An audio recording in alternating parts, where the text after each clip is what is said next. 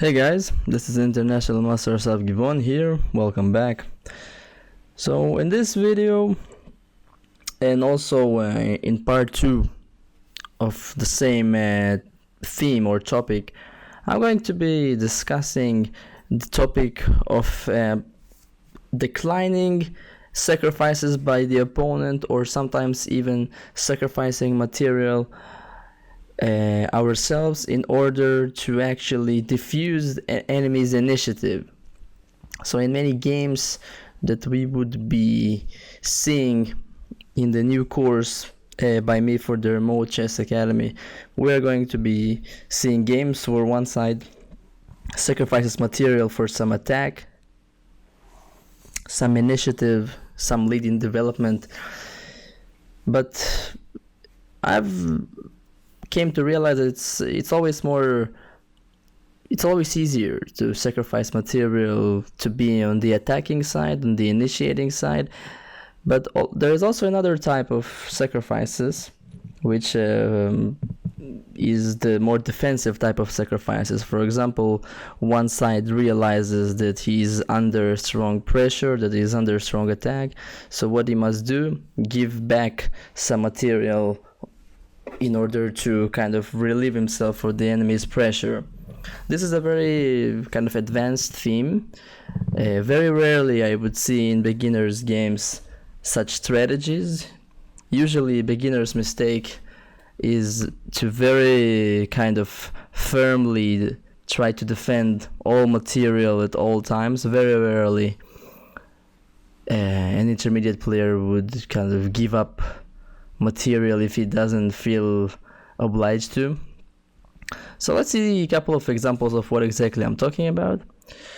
So I was searching in some games of mine examples of this theme, and I came across a couple of games.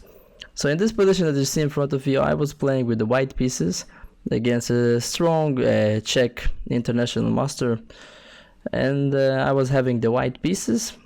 And I saw an opportunity in this position to basically win a pawn, to play the move queen e5 check if I want. I'm saying winning a pawn because black is definitely not going to play a passive move like knight e7 to defend this pawn, because now his development is really stuck and he cannot castle. That would be a very bad decision. He can also not really play bishop e7, because then also perhaps the pawn on g7 is hanging. So I was thinking that should be a pretty safe pawn to take, but I really kind of regretted this decision later on, as you shall see.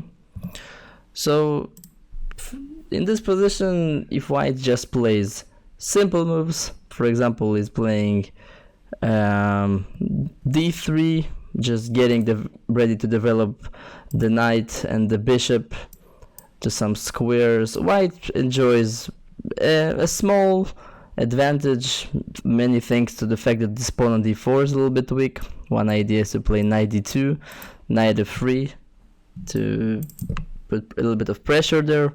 Also the white knight can come from f3 to g5 to put some pressure on the black king. White is enjoying himself here. But as it happens to many of us, it's very difficult to resist the urge to gain material. If you see an opportunity to create a tactic that wins a pawn, you don't see, let's say, an immediate reason why this is not good for you. Most players would do it. So I played queen e5 check.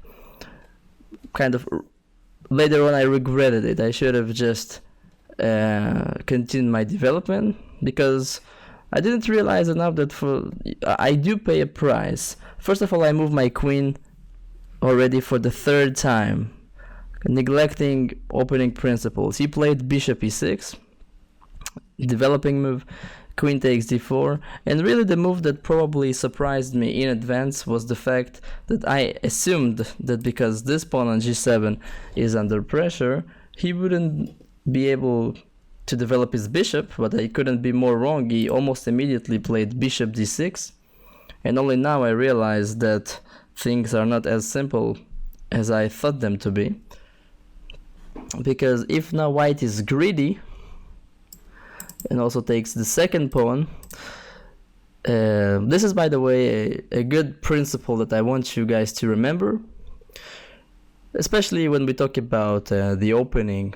If your opponent is gambiting a pawn in the opening, usually, in most cases, it's okay to take the first pawn, but it's already dubious or dangerous to take the second pawn. So one principle to keep in mind is be careful when taking more than one pawn in the opening. Usually it might lead to troubles. In this position, by the way, I'm challenging the viewers to find a pretty beautiful combination that black already has in this position. You know, from first glance, it might look like black is just losing at this position. He's 2 pawns down. His rook is under attack. He cannot castle. It looks like everything went wrong for him. But in reality, it is white who is probably losing because he has almost no development of pieces on the queen side. So this gives black actually the legitimacy to immediately go for the attack with the beautiful sacrifice. Bishop takes h2 check, king takes h2, queen h4 check, gaining one more tempo for the development of the black queen. And after king to g1, black castles long. This is a really remarkable position. At the moment, white is having a huge material advantage, a piece and a pawn up, but he has a lot of problems.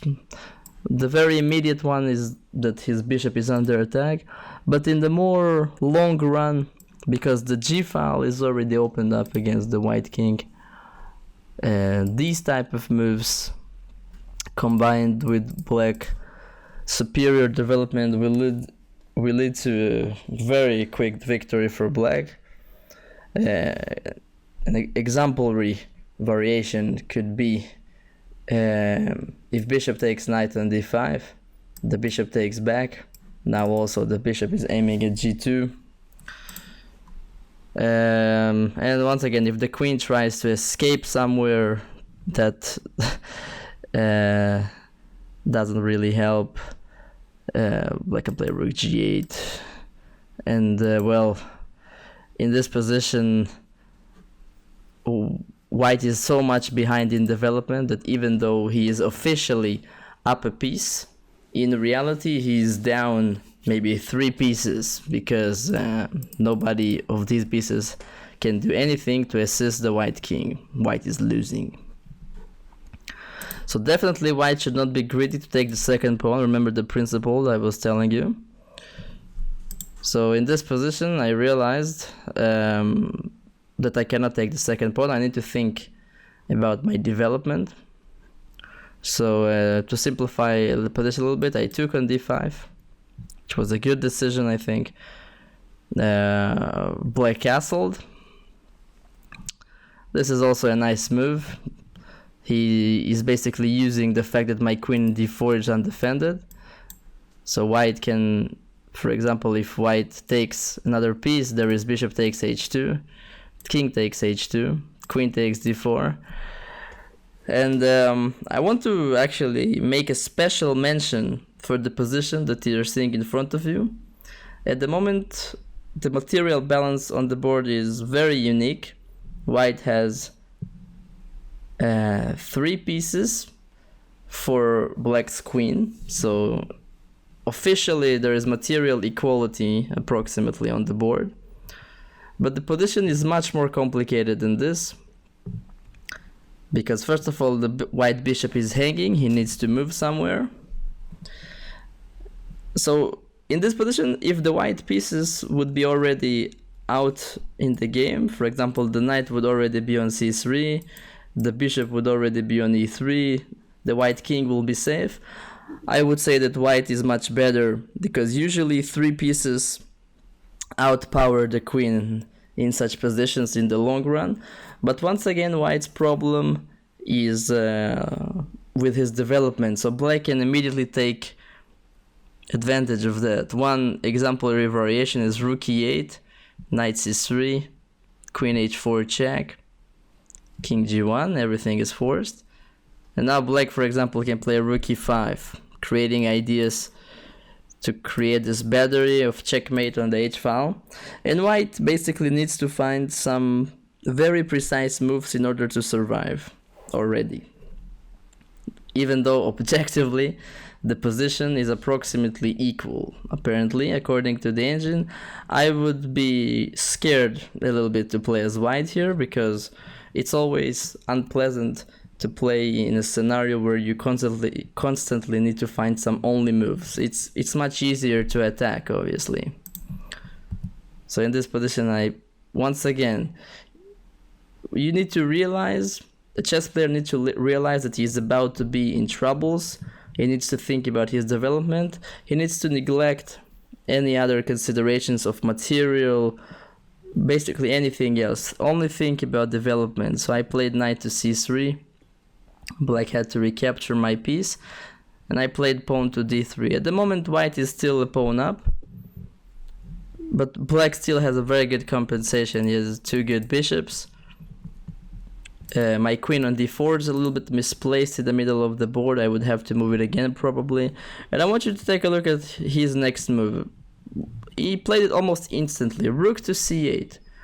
Once again, you see a chess player that really has a good grasp of initiative and material. He understands that it's more important for him to get a new piece into the game, putting pressure on my c-file, creating ideas to attack my queen, but bishop to c5.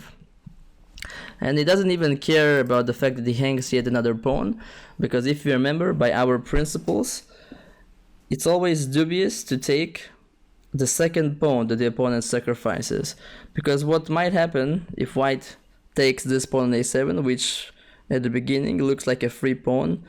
Basically the problem is that now the white queen is being transferred way too far from the king side and from where the action takes place. Now black can develop a very strong attack. There are a couple of options to do so. One of them is being the very straightforward queen h4.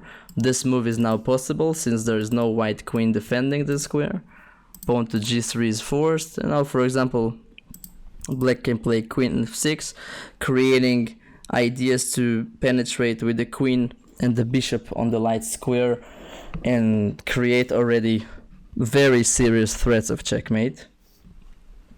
That would be a bad idea.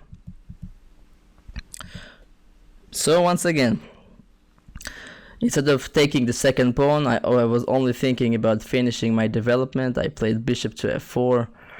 Obviously exchanging pieces is in white's favor, so he played bishop to c5, trying to preserve some pieces on the board. Queen e5 is almost forced. Rook e8. Rook e1, developing my almost kind of last piece into the game. And now I'm giving my opponent an opportunity after d4, knight e4. If he wishes, he can regain his pawn. But this is our theme in this video.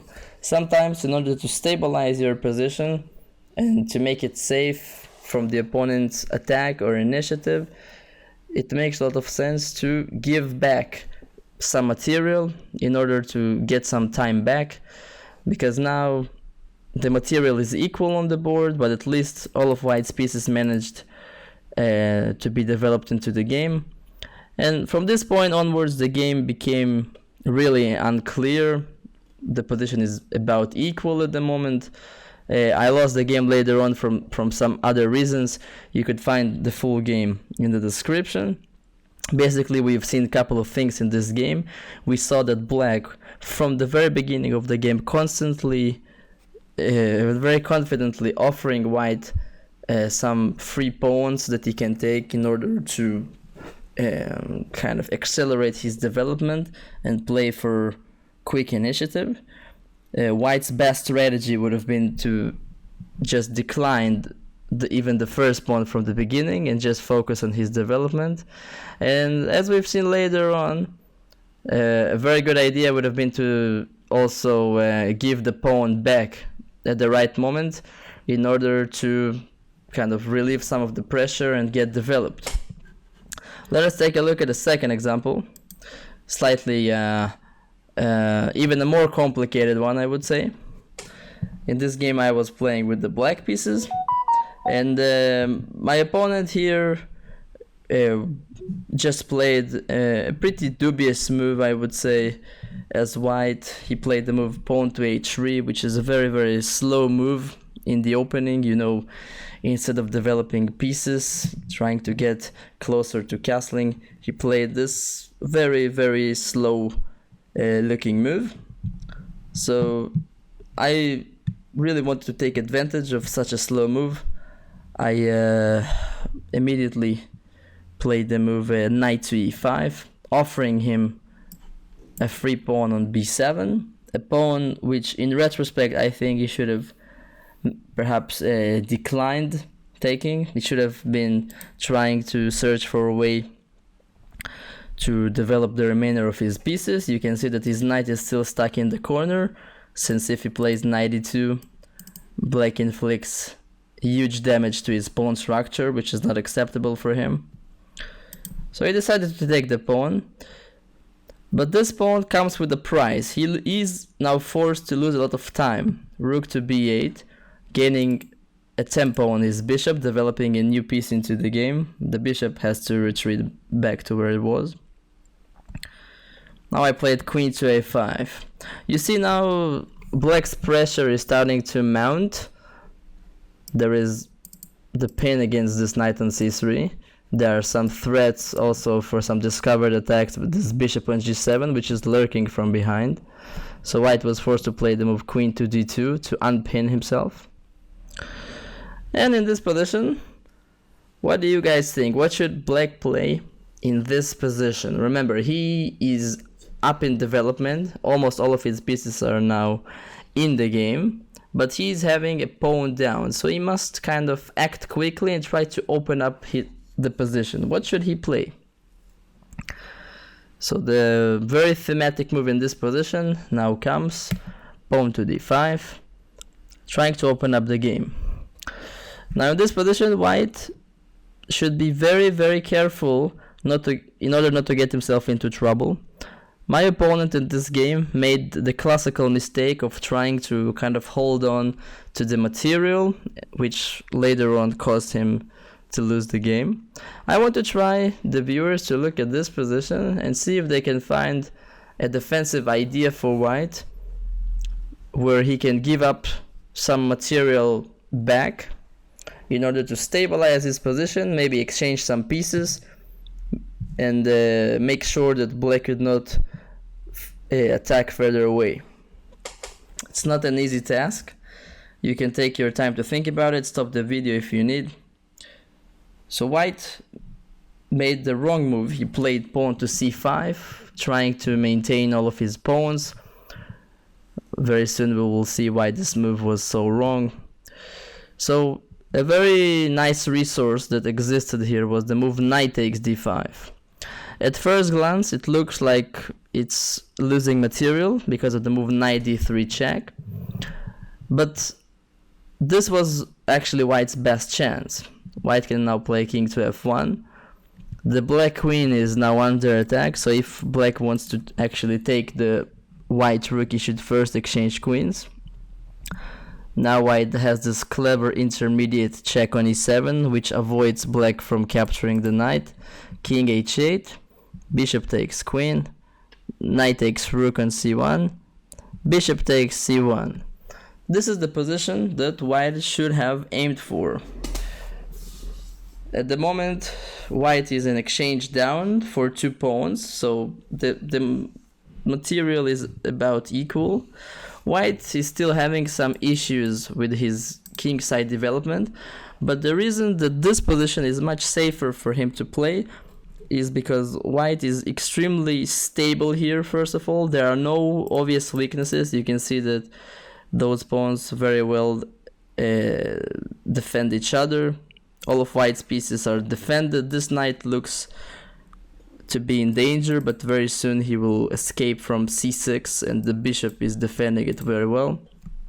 Another reason why this position is much safer, because white managed to exchange queens, and automatically without the queens on the board, it's much more difficult for the attacking side to create a significant attack. So in this position, white would be safe. But as we mentioned, white kind of made a decision that many players would make. He played c5. Please pay attention that the move pawn takes d5 would be completely wrong, because it would only help black to open up the center. So for example, black can now play rook f d8, continuing to mount some more pressure against white's position. You can see that all of black's pieces are now developed. They are fully kind of battle ready. White is actually nearly lost in this position. He played c5. His idea was to try to close up the position before the black pieces can enter the attack. But our thematic idea here to continue sacrificing material, pawn to d4 happened. A very kind of, I would say, a move that is begging to be played, because black wants to further open up the position. Bishop takes d4. I played rook b to d8. It was also possible to play rook f to d8. Probably I wanted to keep the rook on f8 available for the e file. And after queen e3, trying to unpin himself, already the tactics are working for black. There's probably more than one way to win from this position. The most clean way is knight f to g4, attacking the white queen. H takes g4, rook takes d4, using the fact that now the queen cannot really take on d4 because of the discovered attack. And white actually resigned pretty soon. So you see, in this game, white's opening was a little bit dubious, a little bit uncautious. But if he would be attentive enough and would sacrifice some material back, not being greedy, he could have still stabilized his position and keep a normal game. So remember, guys, never be too hard on the idea of keeping all of your material. When needed, it's a good idea to give some material back to safeguard our position and kind of continue the game with no damage. Hope you enjoyed this video lesson. We will continue discussing some more of these examples in the next video. Bye bye.